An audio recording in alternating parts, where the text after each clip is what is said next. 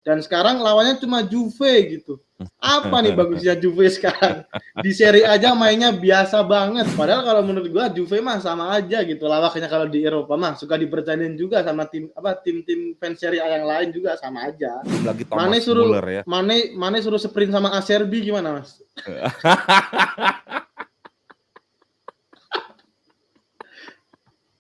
Yo, set piece. Kali ini gue mau ngebahas preview UCL Night ya. Karena beberapa hari lagi akan mulai nih gelaran laga champion ya, UCL. Oke, simak video ini sampai habis. Set piece, rumahnya fans sepak bola. Nah,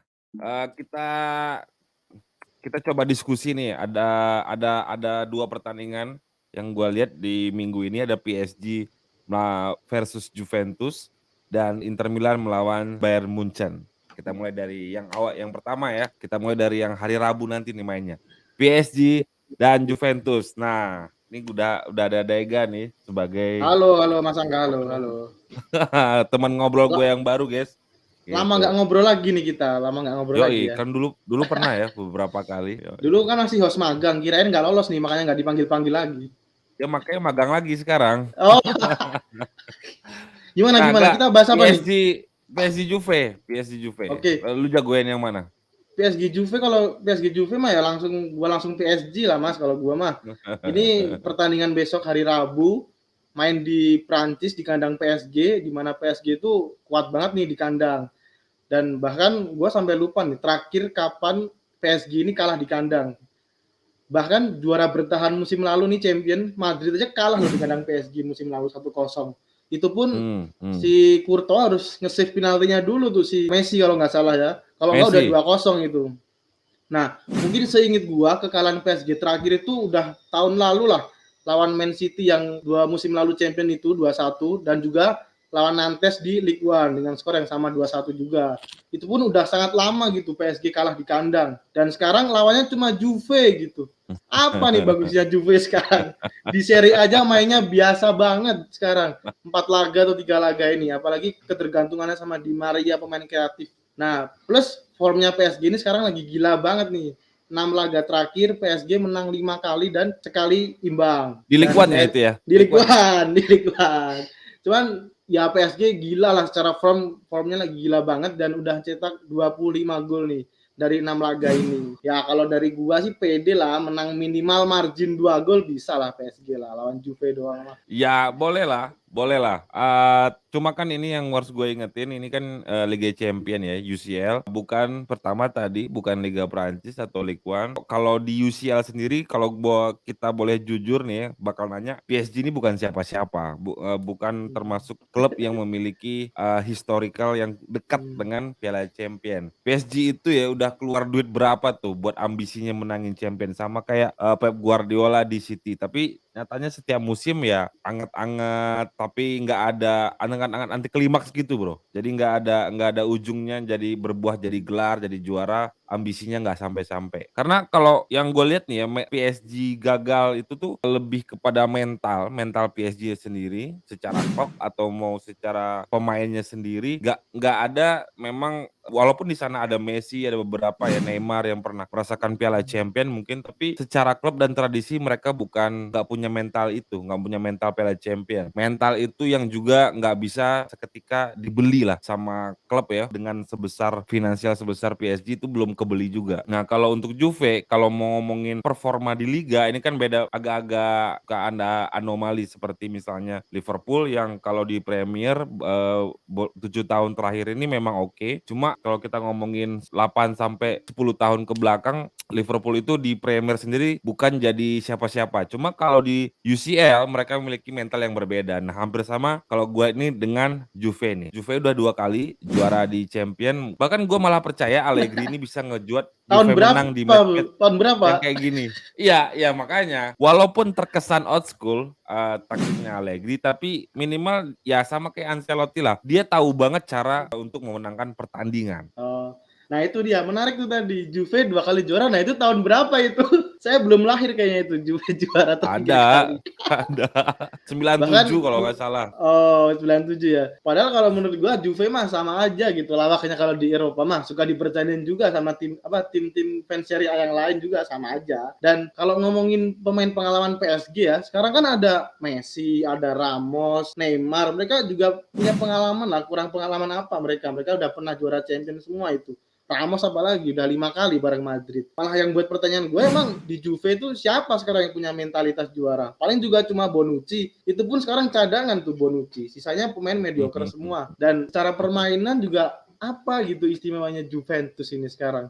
Bahkan gue aja nggak ngelihat gitu siapa pemain yang bisa diandelin gitu, yang menonjol di Juve itu sekarang siapa gitu. Kalau dulu kita ingat ada Pirlo, ada Marchisio, Buffon yang tiap week out kita bisa count on mereka gitu. Tapi sekarang siapa gitu yang bisa diandelin? Jadi gue nggak ngerti gitu alasan Mas Angga ini jagoin Juve buat besok menang itu apa? Apalagi kalau cuma bertahan ngandelin counter attack gitu. Italiano di Eropa ini udah usang lah ini. Nggak, PSG juga sebenarnya nggak dalam kondisi yang sebagus itu juga ya kan, apalagi kalau kita ngomongin kerjasama antar tim atau kolektivitas permainan, apakah mereka solid atau mereka hanya sekumpulan anak muda atau pemain bola yang terkenal selebriti lalu punya ego masing-masing yang nggak bisa diredam di satu lapangan. Justru karena terlalu banyak bintang tadi itu justru jadi salah satu cikal bakal problem lah. Kemarin kalau kita lihat beberapa minggu yang lalu, seminggu atau 2 minggu yang lalu memang Mbappe ya ngambek karena nggak dioper, terus ngambek karena mau eksekusi penalti nggak dikasih sama Neymar. Peran kapten, leadership di lapangan dari Ramos dan Marquinhos atau bahkan Messi itu nggak kelihatan juga di lapangan. Jadi benar-benar ngandelin skill individu yang mungkin kalau ngelawan tim-tim di League One itu bisa kepake lah buat ngegocek 1-2 orang. Nah balik lagi ini ngelawan tim Italia yang memang bukan memiliki ciri khas bermain yang menyerang ya. Lu tahu pemain Italia. Terus yang kedua mereka memiliki sejarah ada motivasi kuat lah untuk mengembalikan marwah yang mereka pernah punya di pentas Piala Champion, bro. Oke, berarti cukup optimis ya ini Mas Angga Mas Yanda untuk memegang Juve ini masih optimis ya berarti ya. Minimal gua rasa dia bisa tahan imbang, memanfaatkan gitu. kondisi PSG yang sekarang belum terlalu solid, bro. Kalau tidak menang ya. Kalau dari gua sih tetap minimal margin 2 gol 3-1 dapat lah itu. Kasih lah Juve. Kita lihat aja. Counter attack. Kita lihat aja nanti ya. Oke. Kita lanjut nih, udah mumpung mulai panas langsung kita ngebahas tim Serie A lagi nih, yaitu Inter melawan Bayern Munchen. Ya kalau kayak ini yang untuk hari Kamis ya, Mas? Iya, untuk yang hari Kamis. Nah, kalau iya, untuk yang ini gua nggak pegang tim Italia di sini. Kayaknya gua berpikiran bahwa kayaknya Munchen sih. Yang pertama, kalau alasan personal, gua nggak suka Inter karena dia telah melakukan scam terbesarnya kepada Chelsea pada waktu itu. Nah, di atas kertas, yang kedua di atas kertas ya Munchen, alasan lu tadi itu untuk mendiskreditkan pemain-pemain Liga Italia atau klub-klub Liga Italia di Piala Champion, ini mungkin berlaku di Munchen. Yang tadi gua sangkal untuk PSG, tapi ini mungkin bisa berlaku di Munchen. Kenapa? Karena Munchen bukan hanya sekedar pemainnya yang di atas kertas nih jauh di atas rata-rata pemain Juventus, namun juga mental juaranya ada, DNA-nya ada, dan mereka secara permainan itu tidak pernah punya masalah untuk saat sekarang. Tidak ada keretakan-keretakan internal kayak gitu, bro. Kalau gua di sini malah cenderung ke jangan terlalu meremehkan Inter gitu. Soalnya jujur gua dari tim Serie A yang gua tonton nih sekarang, gua malah paling impress sama Inter sekarang. Paling sama Inter. Soalnya permainannya ini dari semua tim Italiano ini udah paling modern lah Inter ini. Gua salut lah sama Inzaghi ini. Apalagi kalau kita ngeliat musim lalu, Liverpool aja kesulitan. Maksud modern gimana, bro? Modern ya permainan gimana? Permainan cepat gitu, direct 1-2 kombinasi, wingbacknya bisa maju kayak gitulah. Enggak yang jarak pemainnya jauh, long ball ya udah kayak tetangganya Inter lah itulah. Kayak tetangganya Inter main kayak gitulah. Scudetto tapi. Ya kan? Sama kayak Real Madrid. Nah, kalau balik lagi ya, kalau kita ingat musim lalu Liverpool aja ngalahin Inter susah payah dibantu sama kartu merahnya Alexis Sanchez gitu. Sementara Munchen musim lalu lawan Villarreal aja tersingkir, Bos. Itu udah di bawah Nagelsmann loh. Gimana coba? Ya banyak yang disingkirkan sama Villarreal, bro, bukan cuma Munchen, banyak. Padahal Villarreal tuh apa juga dari materi pemain, dari mental juga bandingin Munchen juga udah kalah jauh gitu. Plus gua rasa agresivitas dari Munchen sendiri ketika menyerang itu yang bakal dimanfaatin sama Inter besok tuh. Munchen gua lihat sering banget tuh naik garis pertahanan tinggi banget, dan itu gue yakin Inter punya chance di situ buat memanfaatkan space di belakang pertahanan itu. Inter punya pemain-pemain cepat kayak Barella, kayak Dumfries, ada Lautaro, ada Korea yang bisa memanfaatkan space itu. Dan jangan lupa besok mainnya di Giuseppe Meazza gitu. Pasti Inter mainnya bakal lebih semangat. Syaratnya cuma efektif aja deh. Gue yakin Inter bisa meraih minimal 1 poin besok. Ya, kalau lihat track recordnya Inter di musim lalu di Piala Champions, memang mereka tersingkir dari Liverpool ya, yang notabene Liverpool adalah finalis UCL musim lalu. Yoi. Cuma ya dia juga di partai keduanya itu bisa mengalahkan Liverpool, cuma memang secara agregat kan akhirnya tersingkir. Kalau dari segi mental mungkin Inter sama lah kayak Juve tadi, memiliki DNA champion juga lah, pernah minimal. Cuma kalau untuk permainan yang sekarang nih, current condition mereka bermain itu, Inter adalah tim yang memang cenderung suka buang-buang peluang lah. Terus yang kedua, skuadnya juga udah pernah kita bahas kemarin di transfer kali ini. Inter termasuk tim dengan hasil transfer yang paling buruk, tidak tahu mau ngapain. Nah, ini ngaruh juga nih sama nanti komposisi permainannya, karena di Munchen itu sudah ada Sadio Mane, ya kan? Walaupun memang masih beradaptasi, cuma sudah cukup untuk bikin pertahanan Inter agak ngeri-ngeri sedap juga, karena mereka akan berhadapan dengan Mane. Terus ada Coman, Sané, belum lagi Thomas Muller ya. Mane suruh sprint sama Acerbi gimana, Mas?